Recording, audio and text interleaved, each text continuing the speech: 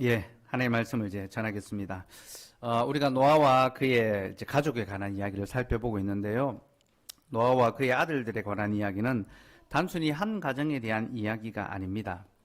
그들은 새로운 아담의 역사를 이어가기 위해 택함받은 자들입니다. 그러니까 새롭게 하나님께서 아담이 했던 그 일을 하게 하시려고 노아와 그의 가족을 택하신 겁니다. 창세기 9장 7절 말씀 한번 볼까요? 9장 7절 말씀, 같이 읽겠습니다. 시작. 너희는 생육하고 번성하며 땅에 가득하여 그 중에서 번성하라 하셨더라. 자, 하나님이 노아에게 주신 명령인데 이 명령은 아담에게 주신 명령과 똑같죠, 그죠? 생육하고 번성하고 땅에 가득하라, 충만하라. 아담에게 주셨던 바로 그 명령을 노아에게 다시 주셨습니다. 이는 노아가 새로운 아담으로, 둘째 아담으로 부름받았다라는 것을 보여줍니다. 그러니 그에게는 이제 새로운 사명이 주어졌습니다. 그 사명이 무엇입니까? 하나님의 나라를 건설해 가는 거죠. 이 땅에 하나님의 나라를 건설하는 것이 노아에게 주어진 책임이며 이것이 하나님이 세상을 물로 심판하신 목적입니다. 여러분, 홍수 심판의 목적이 뭔지 압니까? 하나님은 홍수 심판을 통하여 먼저 세상 나라를 심판하십니다. 악한 나라를 멸하시고 그리고 새로운 나라를 일으키십니다. 곧 하나님의 나라를 이 땅에 세워 가기를 원하시는 것. 그것이 홍수 심판의 목적입니다. 하나님께서는 그 일을 위하여 노아를 택하셨고 또 그에게 새 나라를 건설하라는 명령을 내리셨습니다. 그러므로 여러분, 우리는 노아의 방주가 하나님의 나라를 건설하기 위하여 부름받은 자들의 모임이라는 것을 알아야 합니다. 노아의 방주는 하나님의 나라를 건설하기 위하여 부름받은 자들의 모임이고 그래서 노아의 방주는 교회라고 할 수 있습니다. 왜 그렇습니까? 교회가 바로 하나님의 나라를 건설하기 위하여 부름받은 자들의 모임이기 때문입니다. 노아의 방주는 구약시대의 교회였습니다. 그런데 여러분, 대적은 그 안에도, 그 구약교회 안에도 교묘하게 자기의 사람을 심어 두었습니다. 곧 사단은 노아의 방주에 자신의 사람을 탑승시켰고 또 그 사람을 통하여 자신의 나라, 곧 대적의 나라를 세워갑니다. 그 나라가 어떤 나라입니까? 하나님의 약속을 조롱하고 비웃는 나라며 함이 자기 아버지를 조롱함으로써 자신의 정체성을 드러냈습니다. 곧 자신은 하나님의 나라가 아니라 대적의 나라를 세우기 위하여 사단에게 속한 자라는 것을 드러낸 거죠. 그래서 이후에 홍수 심판 이후의 이야기는 하나님의 나라와 이 대적의 나라 간의 쟁투, 이 전쟁의 이야기가 이어집니다. 오늘은 그것에 관해서 살펴보려고 하는데요. 설교 제목은 하나님께서는 자신의 나라를 세우십니다. 이고 설교 대지는 첫째, 대적은 자신의 나라를 세웁니다. 둘째, 하나님은 대적의 나라를 심판하십니다. 셋째, 하나님은 새로운 나라를 세우십니다. 먼저 대적은 자신의 나라를 세웁니다. 부터 봅시다. 오늘 읽었던 본문의 내용은 족보 이야기입니다. 창세기 10장과 11장은 족보에 관한 내용인데요. 이 족보가 보여주는 것은 노아를 통해 선포된 하나님의 약속이 어떻게 성취되는지를 보여줍니다. 하나님 노아를 통하여 하나님의 약속을 선포하셨잖아요. 복과 저주. 하나님의 말씀을 순종하는 자에게는 복이 임할 것이고 거부하는 자에게는 저주가 있을 것이다라고 그렇게 선언하셨습니다. 그리고 이 족보를 통하여 그 약속이 어떻게 성취되고 있는지를 우리에게 가르쳐 주고 있습니다. 그게 족보, 창세기 10장, 11장에 나오는 족보의 내용입니다. 자, 8절, 10절 한번 봅시다. 10장, 창세기 10장 8절에서 10절까지 같이 읽읍시다. 시작. 구스가 또 니무롯을 낳았으니 그는 세상의 첫 용사라. 그가 여호와 앞에서 용감한 사냥꾼이 되었으므로 속담에 이르기를 아무는 여호와 앞에서 니무롯같이 용감한 사냥꾼이로다 하더라. 그의 나라는 시날 땅의 바벨과 에렉과 악각과 갈레에서 시작되었으며. 자, 셈과 함과 야벳의 족보를 쭉 소개를 하면서요. 함의 족보를 소개하는데 그 함의 족보에 니므롯이라는 인물을 콕 집어서 지금 성경이 부각시키고 있습니다. 그는 첫 번째 용사였고 시날 땅에 자신의 나라를 세운 왕이었다. 그렇게 합니다. 그러니까 함의 후손을 통하여 세상에 다시 첫 번째 나라, 첫 번째 왕이 세워진 겁니다. 근데 여러분, 하나님의 노아를 통하여 선포하신 약속의 내용이 뭡니까? 함의 후손을 향하여 너희는 셈의 장막에, 형제들의 장막에 거할 것이다. 종이 될 것이다 했죠. 너희는 형제들의 종이 될 것이다. 근데 지금 이 족보의 내용은 무엇을 보여줍니까? 정반대죠. 함의 후손이 형제들의 종이 되는 것이 아니라 도리어 왕이 됐습니다. 그렇죠? 그 족보는 하나님의 약속이 성취되는 과정을 보여주는데 그것만 보여주는 것이 아니라 인간의 불순종과 거역도 동시에 보여주고 있는 거죠. 인간이 어떻게 하나님의 말씀을 대적하고 있는지. 그 대표적 인물이 니므롯입니다. 그는 함의 후손으로서 형제들이 종이 되어야 되지만 도리어 형제들 위에 군림하는 왕이 됐던 것입니다. 특별히 성경은 니므롯을 가리켜 여호와 앞에서 용감한 사냥꾼이 되었다라고 하는데요. 여기서 여호와 앞에서라는 말은 여호와의 맞서는 대항하는으로 번역하는 것이 더 좋습니다. 그는 여호와를 맞서는 용감한 사냥꾼이 되었다. 그리고 용감하다라는 이 말 역시도 포악하다라고 번역할 수 있습니다. 그는 여호와를 맞서는 포악한 사냥꾼이 되었다. 그러니까 니므롯은 여호와를 대적하는 포악한 왕이었습니다. 그리고 니므롯이라는 이름 자체가 반역자라는 뜻을 갖고 있습니다. 그는 반역자였습니다. 사단과 같이 반역하고 배교한 자였습니다. 그래서 하나님의 약속을 정면으로 거슬러서 종이 되는 것이 아니라 스스로 왕이 되고 말았던 거죠. 우리는 이러한 역사가 처음이 아니란 것을 알아야 합니다. 아담 역시 하나님 앞에서 종이 되어야 됐지만 그는 스스로 왕이 되려고 했죠. 그리고 그의 후손인 가인의 시대에 어떤 일이 벌어집니까? 가인이 아벨을 죽인 다음에 하나님께서 가인에게 어떤 저주를 내리시죠? 너는 땅에서 유리하는 자가 될지라. 그로 하여금 땅에서 유리하고 피하는 자가 되라 하셨습니다. 하지만 가인은 즉각적으로 땅에 정착해 버립니다. 에덴 동편 놋 땅에 정착하고 거기 성을 쌓아 올립니다. 하나님의 말씀을 정면으로 대적하고 있죠. 그리고 곧바로 라멕이 나와서 나라를 세웁니다. 그죠? 하나님의 말씀에 대적하고 나라를 세우는 이 패턴이 똑같이 반복되고 있는 거죠. 그러니까 함의 후손도 지금 가인의 길을 가고 있는 겁니다. 그 역시 하나님의 말씀에 저항하고 자신의 나라를 세우는 길로 가고 있습니다. 여러분, 이것이 바로 사단이 이 세상에서 항상 하고 있는 일입니다. 곧 사단은 언제나 역사 속에서 하나님을 대적하여 자신의 나라를 세워갑니다. 이것이 사단의 할 일입니다. 근데 여러분, 진짜 문제는 그게 아닙니다. 대적이 자신이 할 일을 하는 거 당연합니다. 대적의 나라를 세우는 거 마땅히 자기의 할 일입니다. 하지만 진짜 문제는요, 하나님의 나라를 세우도록 부름받은 자들이 이 일에 동참하고 있다라는 사실입니다. 11장 1절에서 4절 말씀 봅시다.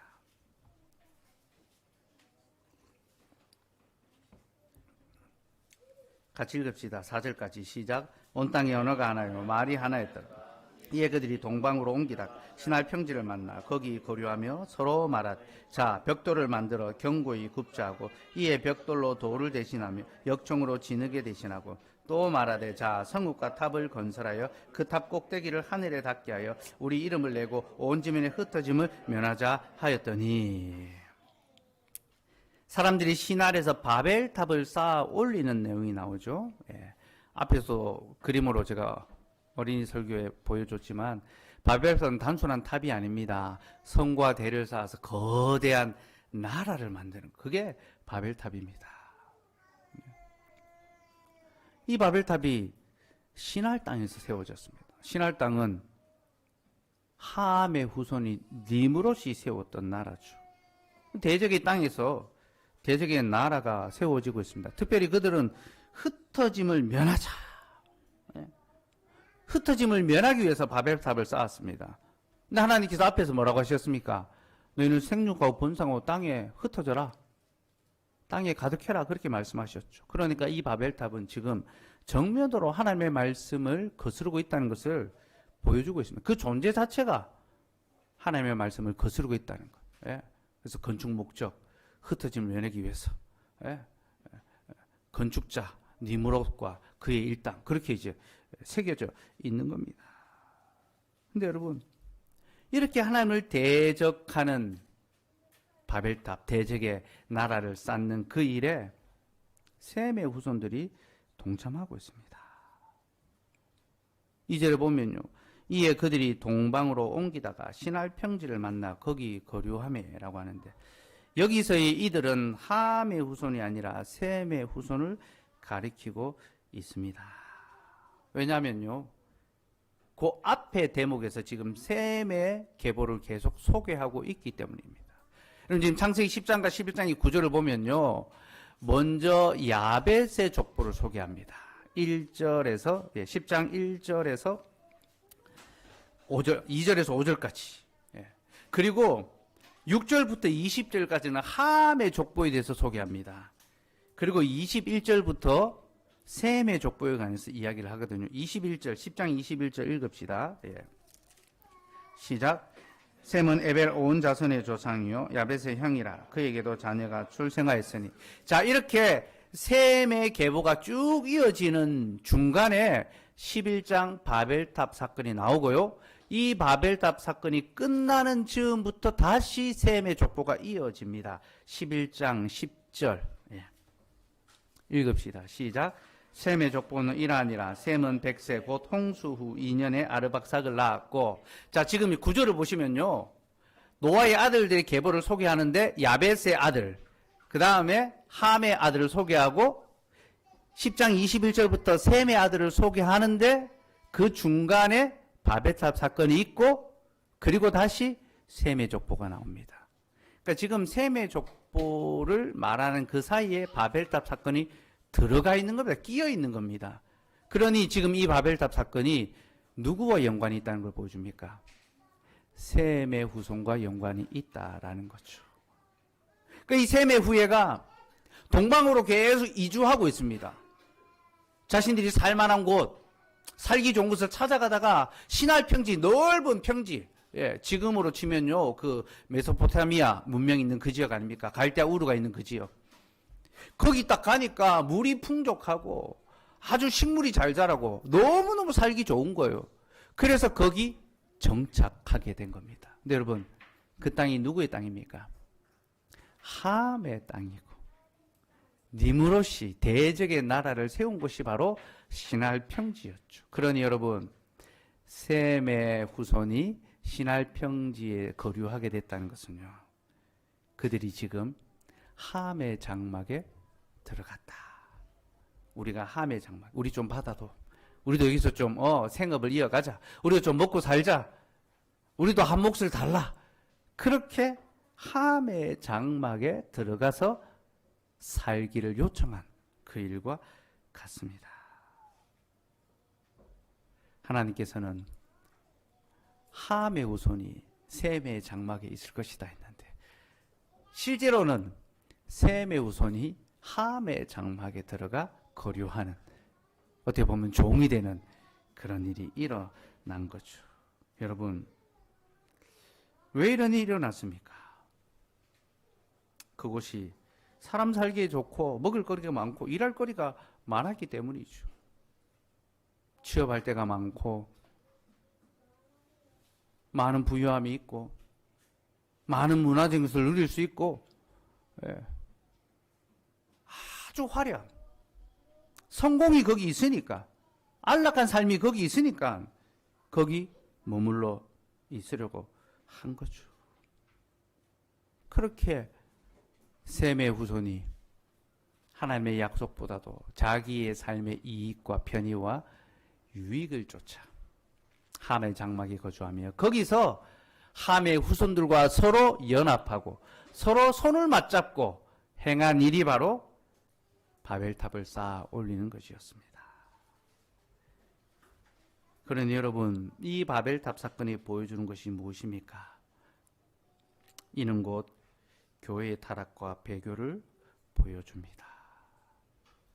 그러니까 대적의 악함이 아니라 하나님의 나라를 세우도록 부름받은 교회, 성도들이 하나님의 나라를 세우는 것이 아니라 도리어 하나님을 대적하는 나라, 곧 교회라고 함께 모였지만 여전히 세상적인 것을 추구하고 한없이 세속을 지향하며 살아가고 세상에서 잘 되기 위해서 하나님을 예배하고 자기 자녀가 잘 되기 위해서 기도하고 자기의 만족과 이익과 유익을 위해서만 하나님을 예배하려 들 때 그게 바로 바벨탑을 쌓아 올린 것과 똑같은 것입니다. 그 세상과 교류하고 세상 사람과 똑같이 되어서 살아가는 거죠. 그죠?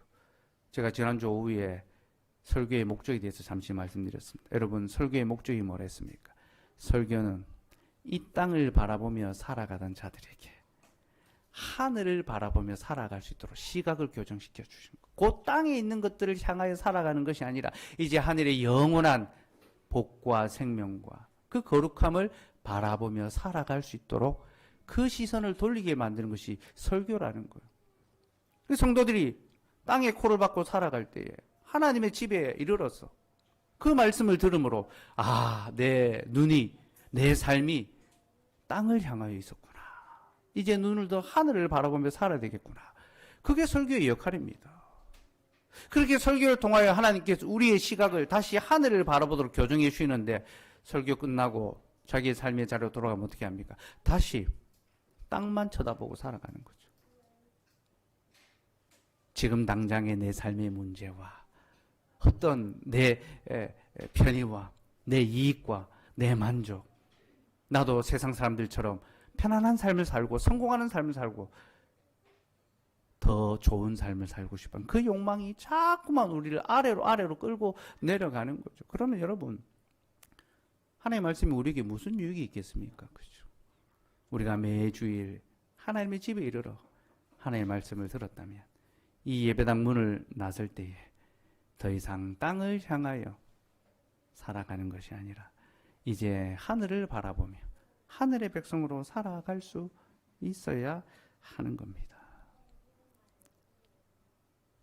하나님께서는 셈의 후손에게 바로 그 약속의 말씀을 주셨건만 그들은 그 약속의 말씀을 바라보지 아니하고 땅의 것을 바라보므로 자기들이 그저 살기 편하고 성공의 길을 많이 제공하는 그 땅에 정착하며 함의 후손과 교류하고 그들과 연합하여 하나님을 예배하는 나라가 아니라 대적하는 나라를 만들어낸 것입니다.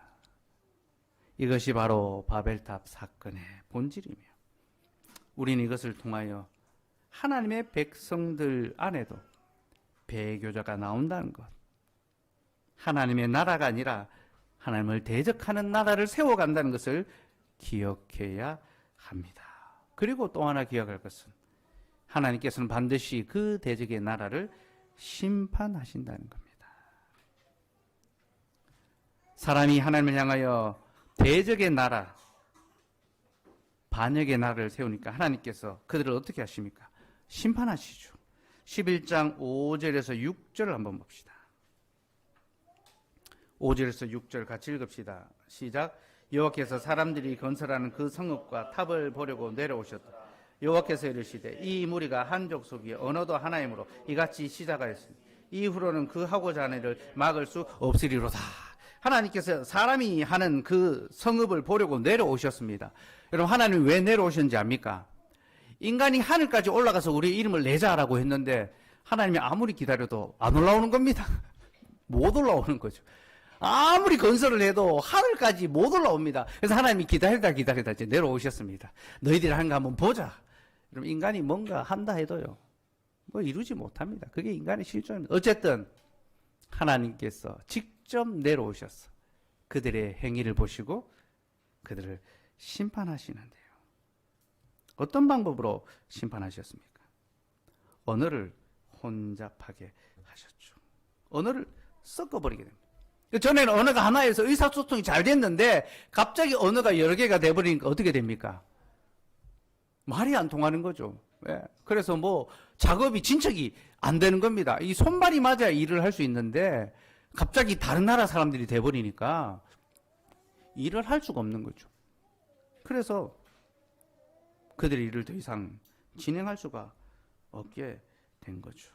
여러분, 인간들은 뭔가 큰 일을 할 수 있는 것처럼 큰 소리 내고 자신들이 어마어마한 힘을 가졌다라고 그렇게 자기의 부를 자랑합니다. 위세를 떨칩니다. 하지만 여러분, 하나님께서 아주 작은 것 하나, 하나님이 사람이 주셨던 그 질서의 작은 것 하나도 딱 교정해버리니까, 바꿔버리니까 인간의 그 모든 계획이 수포로 돌아가 버리고 말지 않습니까? 그죠? 이게 하나님의 일하심입니다. 특별히 혼잡케 한다, 언어를 혼잡케 한다 하셨는데 이 혼잡케 한다라는 단어가 히브리어로 라벨라인데요. 이 단어 철자를 거꾸로 하면요, 벽돌이라는 단어가 나옵니다. 혼잡케 하다를 거꾸로 하면 벽돌이 나옵니다. 여러분, 이 벽돌은 뭡니까? 앞에서 사람들이 우리가 벽돌을 구워서 성을 쌓자, 무너지지 않는 나라를 쌓자, 쌓아 올리자 그렇게 이야기했습니다. 그럼 벽돌은 인간 건축술의 발전사를 보여주죠. 흙으로 지프로 짓는 집은 금방 무너집니다. 그러나 벽돌을 굽는다는 것은요, 이제 인간의 건축술이 발전해가지고 쉽게 무너지지 않는 집을 세울 수 있게 됐다는 겁니다. 인간의 강함이 그 안에 담겨 있죠. 그죠? 근데 하나님께서 그들의 그 지혜와 그 발전된 문명과 그 위력을요, 살짝 바꾸심으로 그들의 모든 계획이 무너지게 하셨습니다. 그러니까 벽돌을 통하여 하나님께 도전하니까 하나님께서 그 벽돌을 거꾸로 뒤집어 버리셨습니다. 그러니까 그들의 계획이 다 실패하고 무너져 내린 거죠. 이 언어 유희입니다. 너희가 나에게 너희의 기술로 벽돌로 도전하느냐, 내가 너희의 기술을 무너뜨려 버리겠다. 벽돌을 뒤집어 버린 겁니다. 여러분, 인간의 어떤 과학이, 기술이 엄청나게 발전하고 뭐 대단한 어떤 그런 위세, 새로운 유토피아가 올 것처럼 그렇게 신문물, 신기술을 개발하는 사람들은 그렇게 말합니다. 그러나 인간이 만드는 기술은 결코 인간을 구원할 수 없습니다. 안전하게 지킬 수가 없습니다. 우리는 그러한 것들을 지금 몸으로 경험하며 살아가고 있지 않습니까? 코로나라는 눈에도 보이지 않는 그 작은 바이러스 하나가 우리를 얼마나 힘들게 하며 우리의 삶의 질서를 다 무너뜨렸고, 여러분, 하늘에서 비가 조금만 많이 와도 인간은 아무것도 할 수가 없습니다. 폭설, 눈이 많이 내리면, 여러분, 눈의 무게는요, 깃털보다도 가볍습니다. 그 깃털보다도 가벼운 눈이 많이 내리면 인간은 꼼짝달싹할 수 없고 큰 화를 입게 됩니다. 이것이 인간의 실존입니다. 인간은 자신의 기술과 과학과 지혜와 능력을 자랑하지만 그 모든 것들은 하나님 앞에서 결코 아무것도 아닙니다. 우리 하나님께서 조금만 바꾸어 버리시면 인간의 모든 것은 무너지게 되어 있습니다. 인간은 땅의 티끌이요, 한낱 재와 같은 존재이죠. 그러니 여러분, 그런 인간의 말과 지혜에 속지 마시기 바랍니다.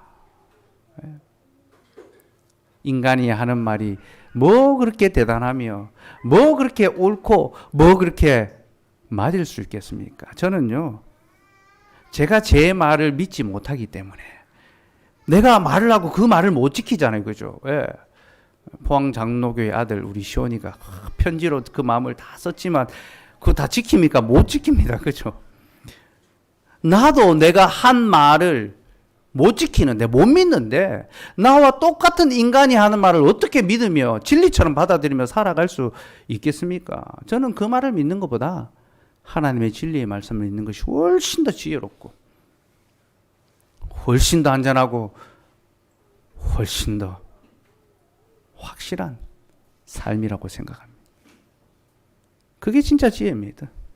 그게 복음입니다. 인간이 만들어낸 말이 아니라 오직 하나님께서 우리에게 가르쳐주신 진리가 바로 복음이죠. 그렇죠?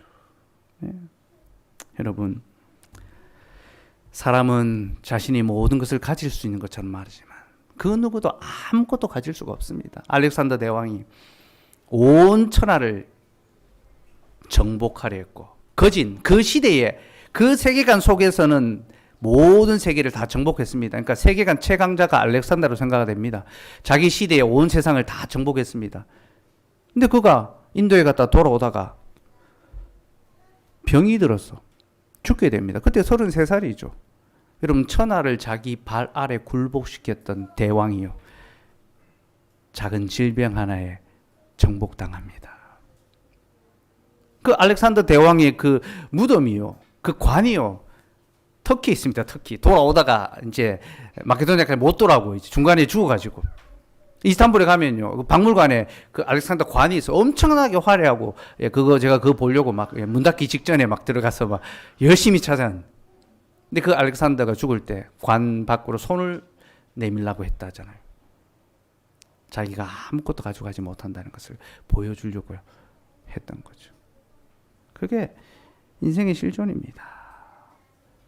여름에 바닷가에 가면 아이들이 모래사장에 글자도 새기고 모래성도 샀습니다. 아이들만 합니까? 그죠? 뭐 데이트하러 가면 거기 뭐 하트 그리고 뭐 우리 사랑 영원히 막 글자 새깁니다. 그죠? 그때 얼마나 열심히 진성 있게 막 성을 쌓고 글자를 새긴지 모릅니다. 아이들이 막 하는데 막 방해하면 막 큰일 납니다. 그죠? 도와줘야 되지 막 방해하면 안 됩니다. 그죠? 근데 그 다음에 가면 그 모래성이 남아 있습니까? 아닙니다. 그죠? 파도에 쓸려서 아무것도 남아 있지 않고 다 사라져 버리죠. 여러분, 이와 같이 인간의 모든 일은 사라져 갈 것이지만 오직 우리 하나님이 하신 일은 영원히 남아 있습니다. 그러니 여러분, 잠시 있다가 사라질 그 일에 참여하지 마시고, 이 세상 일에 참여하지 마시고, 영원히 사라지지 않을 그 일에 참여하신 여러분 되시기 바랍니다. 그 일이 바로 예배하는 일입니다. 네. 당장 급한 일이 있을 수 있습니다. 당장 직장에서, 당장 내 인생에서 이거 안 하면 안 될 것 같은 그런 일이 있을 수 있습니다. 그러나 1년 뒤에, 10년 뒤에도 그 일이 중요할 거예요. 그렇지 않습니다. 그러나 예배는요, 10년, 100년, 영원토록 가장 중요한 일로 남아 있습니다. 그러니 여러분, 가장 중요한 이 예배를 놓치지 않고 그 일에 항상 동참하시고, 여러분들이 무엇을 하시든지 그 예배를 위하여 그 일을 하실 수 있기를 간절히 소망합니다. 네. 어쨌든 하나님께서는 언어를 혼잡케 하심으로 그들의 도모가 무너지게 하셨고요. 그리고 이 언어를 혼잡케 하심을 통해서 하나님 우리에게 언어의 바른 기능이 무엇인지도 가르쳐 주십니다. 여러분, 하나님이 사람에게 언어를 주신 이유가 뭡니까? 소통하게 하기 위해서. 그래서 하나 되게 하기 위해서. 사람이 말을 통하여 서로 소통하고 마음을 전하고 하나 되지 않습니까? 그래서 언어를 통하여 국가가 형성이 됩니다. 그죠? 그러니까 하나 된 어떤 정체성을 형성하죠. 근데 여러분, 왜 우리가 하나 되어야 되는지 알아야 됩니다. 하나님 우리를 하나 되게 하신 이유가 무엇인지를 알아야 됩니다. 여러분, 하나님 우리를 하나 되게 하신 이유가 뭡니까? 예배하기 위해서죠. 하나님을 함께 예배할 수 있도록 우리를 하나 되게 하시고, 그래서 우리에게 언어라는 것을 주셨습니다. 그러므로 우리는 한 언어, 한 목소리를 가지고 하나님을 함께 예배해야 합니다. 이게 언어의 바른 사용입니다. 그렇게 우리가 한 목소리로, 한 언어로 하나님을 예배하는 것을 뭐라고 하는지 압니까? 신앙 고백이라고 합니다. 신앙 고백. 여러분, 신앙 고백이 무엇입니까? 한 목소리로 하나님을 고백하며 예배하는 것이 신앙 고백입니다. 신앙 고백은 호모로기아라고 하는데요. 호모 같다, 로기아 말하다, 같은 것을 말한다, 같이 말하는 겁니다. 우리가 함께 같은 것을 말함으로써 하나님께 나아가는 것이 신앙 고백입니다. 그러니까 여러분, 우리가 언어를 가장 바르게 잘 사용하는 길이 뭡니까? 첫째는 예배의 자리에서 한 목소리로 신앙 고백하며 하나님을 찬송하는 것. 그게 언어의 바른 사용법이고, 그 다음에 그 신앙 고백의 말을 가지고 서로 교제하는 것입니다. 서로 나눔하는 것입니다. 그리고 그 신앙 고백의 말씀을 세상에 가지고 나서 전하고 소개하는 거죠. 남편과 아내 사이에도 신앙 고백적인 말을 하고, 부모와 자녀 사이에도 신앙 고백적인 말을 하고, 위로하고 견문하는 것. 이것이 언어의 바른 사용입니다. 여러분, 우리의 모든 관계는 언어로부터 시작한다는 것. 언어가 잘못되면 관계가 틀어지죠. 언어를 바르게 잘 지혜롭게 쓰면 그 관계가 회복이 됩니다. 우리가 신앙 고백적인 말을 함으로써 하나님과의 우리의 관계가 회복이 되고, 또 우리와 우리 사이의 관계도 회복되어져 가기를 소망합니다. 어쨌든 하나님께서는 이 땅에 한 목소리로 하나님을 고백하는 신앙 고백의 공동체를 세우시고, 이 신앙 고백 공동체를 통하여 대적의 나라를 심판하십니다. 그게 하나님이 세우시는 새로운 나라의 역할입니다. 셋째로 하나님은 새로운 나라를 세우십니다. 자, 창세기 11장 26절 말씀 같이 읽읍시다. 시작. 데라는 70세에 아브라함과 나홀과 하란을 낳았더라. 바벨탑 사건이 다 종료가 되고 이제 셈의 족보가 이어지면서 그 마지막 내용입니다. 하나님이 아브라함을 이 땅에 보내시고 그를 불러내십니다.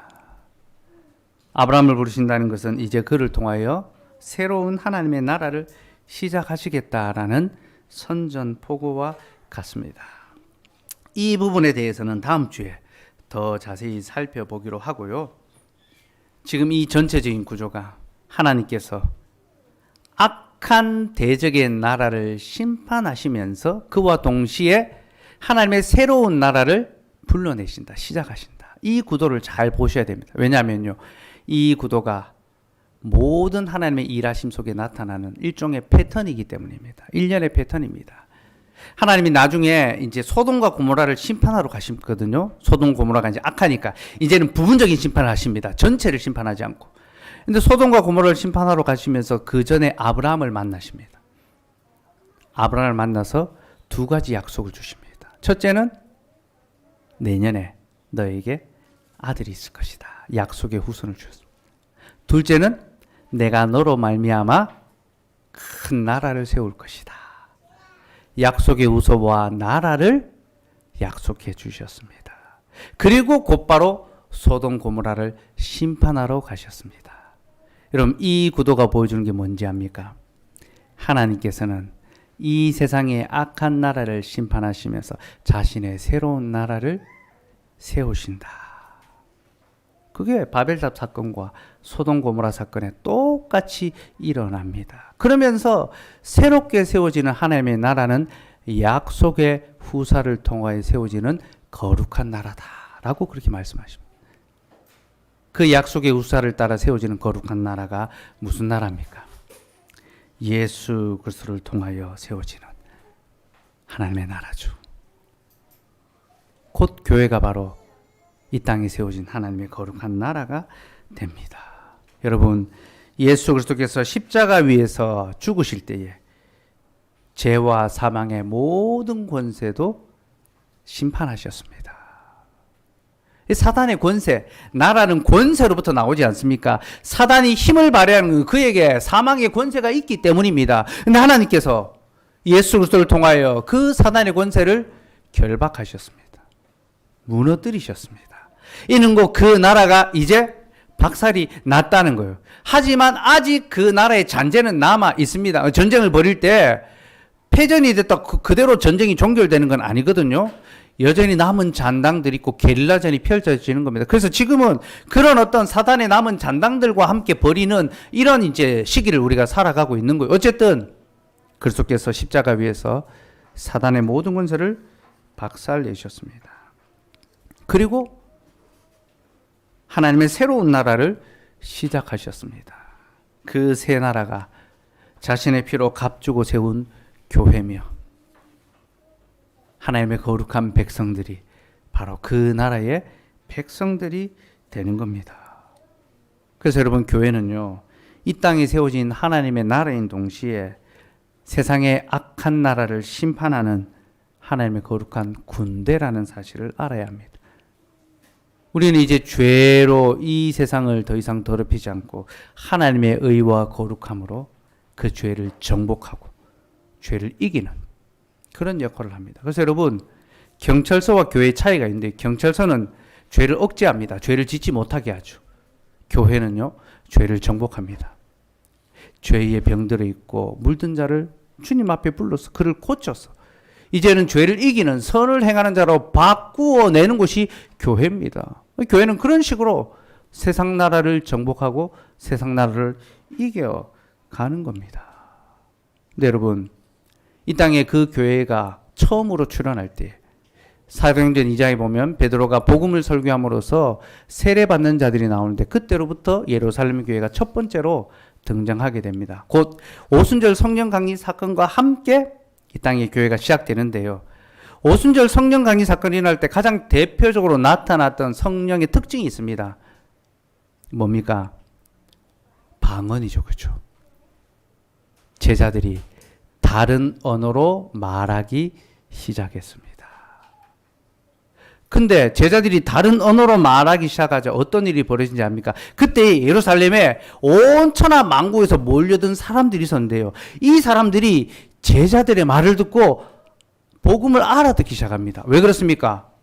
자기들 나라 말로 설교하니까, 복음을 전하니까 깨달아 아는 겁니다. 그래서 깜짝 놀랍니다. 이 사람들이 어떻게 우리 언어를 알고 이렇게 우리에게 하나님의 복음을 전하는가 깜짝 놀랍니다.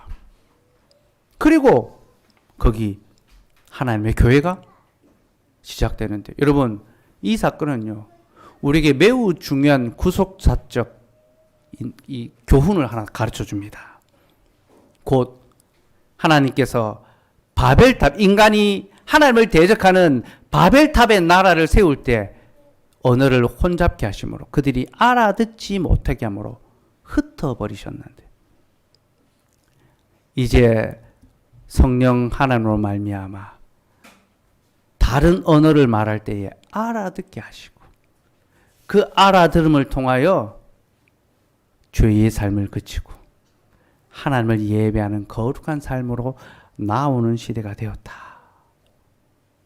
바로 그 구속사의 진전, 새로운 시대가 시작되었다는 패러다임을 보여줍니다. 곧 여러분, 새 시대가 오면요, 새 나라, 새 공화국이 출범하면요, 법을 선포하잖아요. 공포하잖아요. 법을 다 공포함으로써, 새 법을 공포함으로써 새로운 나라가 시작된 걸 보여주는 거죠. 오순절 성령 강림 사건 때 방언이 바로 그 역할을 하는 겁니다. 구약 시대의 방언은 알아듣지 못한 언어는 하나님의 심판이었습니다. 그러나 이제 신약 시대에 하나님께서는 다른 언어를 통하여 하나님의 말씀을 알아듣게 하시고 이제 하나님을 경배하게 하는 그런 시대를 열어 주신다라는 거예요. 이 사건은요, 우리에게 우리가 무엇으로 소통하고 무엇으로 하나 되고 무엇을 위하여 살아야 되는지를 선명하게 가르쳐 줍니다. 여러분, 우리가 무엇으로 소통해야 됩니까? 복음의 말씀으로 소통해야 합니다. 우리 하나님의 말씀을 함께 듣고 그 말씀을 함께 나눔으로 서로 사랑하고 서로 권면하고 서로 섬겨야 합니다. 그리고 우리는 그 같은 말을 가지고 하나님을 함께 찬송해야 합니다. 각 나라 족속 백성 방언들이 다 함께 모여 하나님을 찬송하게 되는 것, 그것이 이 땅에서 하나님이 원하시는 궁극적인 바로 그 일입니다. 우리는 그렇게 한 목소리로 하나님의 말씀을 듣고 또 하나님을 찬송하며 또 그 말씀에 순종하며 거룩한 삶을 살아야 하며, 그렇게 할 때 우리 가운데 거룩한 하나님의 나라가 세워져 갈 것입니다. 그래서 여러분, 이것이 우리가 쌓아 올려야 될 새로운 하나님의 나라, 새로운 성입니다. 여러분, 우리는 다른 종류의 탑을 쌓아야 합니다. 세상은 자신의 영광과 자신의 성공을 자랑하는 바벨탑을 쌓아 올리지만 우리는 그 탑을 허물어 버리고 하나님을 예배하는 탑을 쌓아 올려야 합니다. 이 세상에는 두 개의 탑이 있다는 것을 기억하십시오. 하나는 하나님을 대항하는 탑이고 하나는 하나님을 예배하는 탑입니다. 우리 앞에 두 개의 탑이 놓여져 있고 우리는 어디로 갈 건지 우리의 방향을 결정할 수 있어야 합니다. 여러분, 잠시 있다가 사라지는 내 편의와 안락과 성공과 이익을 위하여 신할 땅, 편한 곳으로 가는 삶이 아니라 영원히 사라지지 않은 하나님의 영원한 생명과 하나님의 영광과 하나님의 나라를 세우는 그 일로 나아갈 수 있기를 바라고, 우리의 모든 삶이 예배와 하나님의 교회를 세워가는 그 일에 함께 또 동참하며 연합하고 또 함께 복음의 말로 위로하고 권면하고 격려해가는 저와 여러분의 삶이 되기를 간절히 소망합니다. 기도하겠습니다.